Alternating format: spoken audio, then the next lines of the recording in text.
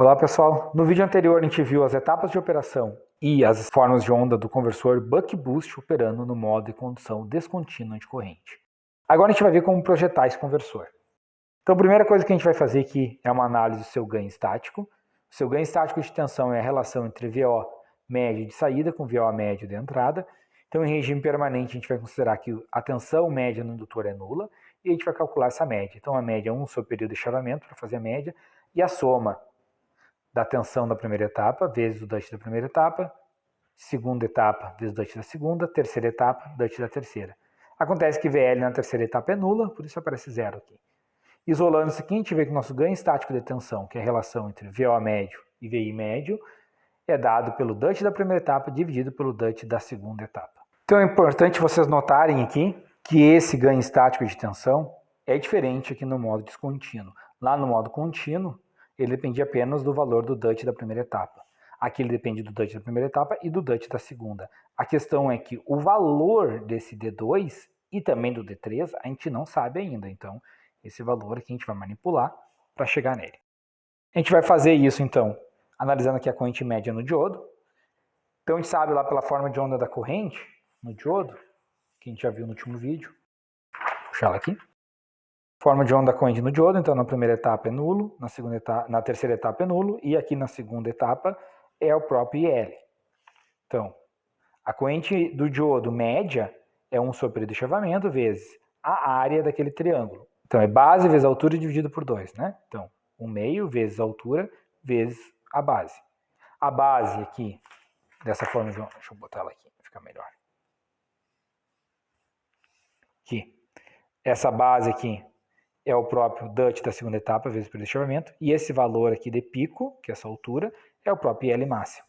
E o IL máximo, que é essa altura, a gente pode fazer tanto pelo ΔIL off quanto pelo ΔIL on. Aqui eu fiz pelo ΔIL off, porque ele depende de D2, e como a base também depende de D2, fica melhor, senão ia depender de D1 e D2. Só para ficar mais simples depois, na hora de cortar. Então nós temos aqui a corrente média do diodo, 1 sobre o período de chavamento, 1/2 ΔIL off, vezes D2 vezes período de chaveamento. O que acontece? Que pela topologia do conversor, a gente sabe aqui, que o elemento diodo é o quem vai transferir a energia da entrada para a saída, porque na primeira etapa, fecha essa chave, o indutor carrega. Não há uma conexão da fonte com a saída. Na segunda etapa, essa chave abre, o diodo entra em condução, então essa fonte não está conectada com nada da saída, e agora o diodo vai pegar a energia que estava acumulada nesse indutor e vai descarregar na carga. E na terceira etapa, abre chave diodo, então não há conexão. Mas a energia da entrada é transferida para a saída pelo acúmulo no indutor, e o elemento que faz a transferência é na segunda etapa e é o diodo. Então, como o diodo é o elemento responsável pela transferência de energia da entrada para a saída, então como esse diodo é o responsável, a gente acaba analisando a corrente no diodo. Se a gente analisar aqui neste nó aqui, a gente vê que a corrente no diodo, ela vai ser a corrente do capacitor mais a corrente no resistor. Então, corrente média no diodo é igual à corrente média do capacitor mais a corrente média de saída. Acontece que em regime permanente a gente vai considerar a corrente média do capacitor nula, portanto, a corrente média do diodo vai ter que ser igual à corrente média de saída, e a corrente média de saída é VO por R.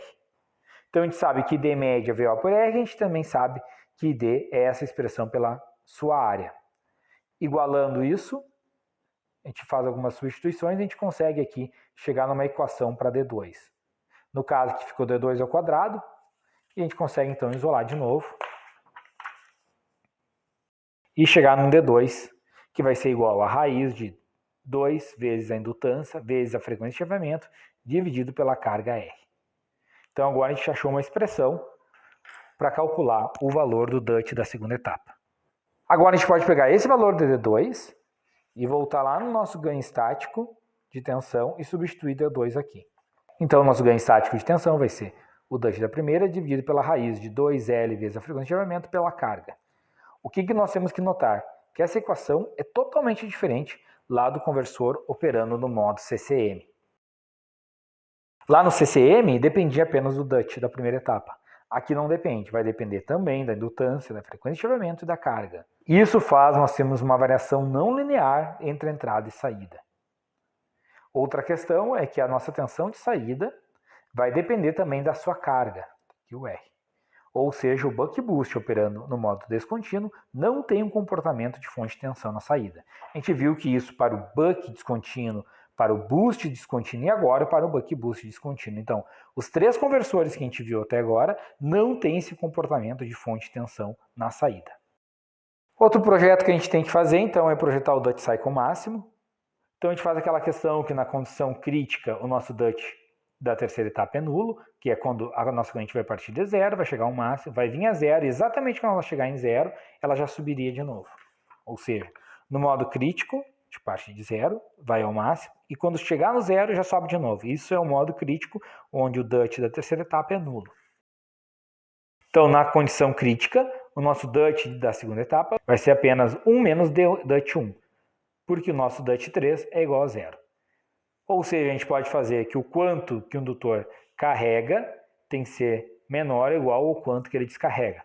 Fazendo isso aqui, a gente vai ver que o nosso Duty tem que ser menor ou igual a VO dividido por VI mais VO. Ou seja, o nosso Duty máximo vai ser VO dividido por VI mais VO, que é exatamente o nosso Duty no modo CCM. Tipicamente, o que a gente pega? A gente pega e trabalha com Duty no modo descontínuo, 80%, 90% disso aqui. Ou seja, antes a gente tinha lá na equação do ganho estático, que é essa aqui, nós tínhamos uma dependência do Duty 1 e do L. Então a gente não conseguia projetar nem L nem Duty por causa disso. A gente sabia o ganho estático que a gente precisa, mas a gente não conseguia projetar nem o D nem o L. Agora que a gente impôs um valor de Duty pelo esse valor máximo, a gente consegue retornar lá nessa equação do ganho estático e isolar o L. Então, isolando o L no passo que a gente tem o nosso Duty já, a gente vai ter então que nossa indutância vai ser Duty da primeira ao quadrado, carga, dividido por 2 vezes a frequência de chaveamento, vezes VI ao quadrado, dividido por VO ao quadrado. Então, agora a gente consegue projetar o nosso indutor. Porque antes nós tínhamos uma equação, uma única equação, mas nós tínhamos duas incógnitas. A gente precisaria projetar Duty e L.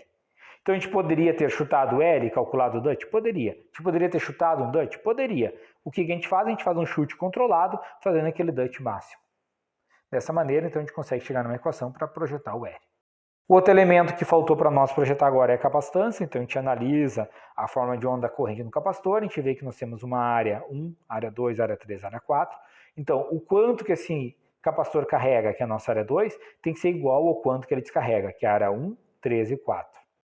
Acontece que essa área 3, que é esse triângulo aqui, o total da base da área 2 e da área 3 é o Duty da segunda, então achar o quanto que essa transição aqui ia dar um certo trabalho, então a gente faz o seguinte, a gente despreza essa área 3 e a gente faz aproximado aqui apenas pela área 1 e pela área 4.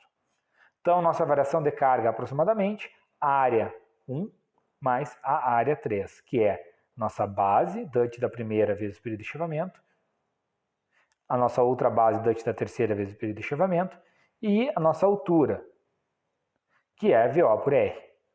Então, fazendo isso aqui, a gente consegue fazer que a nossa variação de carga vai depender dessa área, mas a nossa variação de carga também é C ΔV. Pegando essa equação, isolando C, igualando ΔQ a esse valor aproximado, a gente consegue chegar no valor de projeto para o capacitor. Então, a nossa capacitância aqui vai ser tensão de saída pela carga, que vem daqui, 1 menos o Duty da segunda etapa. Por que a gente faz? Que o Duty da primeira mais o Duty da terceira é 1 menos, né, 100% menos o Duty da segunda. Porque o D1 mais D2 mais D3 é igual a 1. Então, 1 mais D2 é a mesma coisa que 1 menos D2. Poderia deixar D1 mais D3? Poderia, não tem problema nenhum. Só que o D2 a gente vai ter que calcular mesmo, a gente vai ter o valor dele, então fica mais fácil jogar 1 menos D2 aqui. Tá? Mas não faz diferença. Então agora a gente consegue, então, e aí isso aqui é dividido pelo ΔV, que vem daqui, né? Então nosso C, ΔQ por ΔV.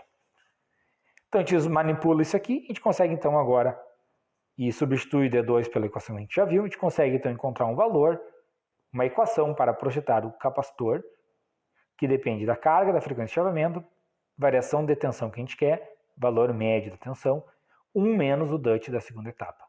Então, a gente viu lá com o Dutch da segunda etapa, a raiz de 2LF dividido por R. Lembrando, então, que ΔV e VO estão em volts, e alguns livros trazem isso aqui tudo como Ripple, e aí é o valor percentual. Okay? Então, se for 20%, vocês vão colocar 0,2 aqui.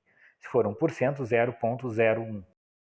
Então, faltou agora fazer a seleção do semicondutor. A gente vai fazer isso de uma maneira aproximada. Então, a tensão máxima que a chave vai estar submetida e a tensão máxima que o diodo vai estar submetido é a soma do dVi mais VO. E o valor decorrente da chave e da corrente do diodo máximo vai ser a corrente máxima do indutor, que a gente pode calcular pelo ΔL on ou pelo ΔL off, tanto faz. Aqui eu fiz pelo ΔL on. Dessa maneira, a gente consegue selecionar uma chave e um diodo que vão suportar tensão e corrente máxima. Lembrando que é sempre bom usar uma margem de segurança, então usem aqui, por exemplo, se vocês calcularem que isso aqui vai dar 300 volts, peguem uma chave lá de 350, 400 volts para ter uma certa tolerância. Normalmente 10, 20% acima disso já é suficiente. A mesma coisa para corrente, tá? Então se vocês calcularem der lá 1 ampere, pegue uma chave de pelo menos 1.1 a 1.2 amperes. Ok, pessoal? Com isso a gente conseguiu então projetar os elementos desse conversor, que é o buck boost operando no modo descontínuo. No próximo vídeo a gente vai ver uma simulação para conferir essas equações e ver o funcionamento desse conversor.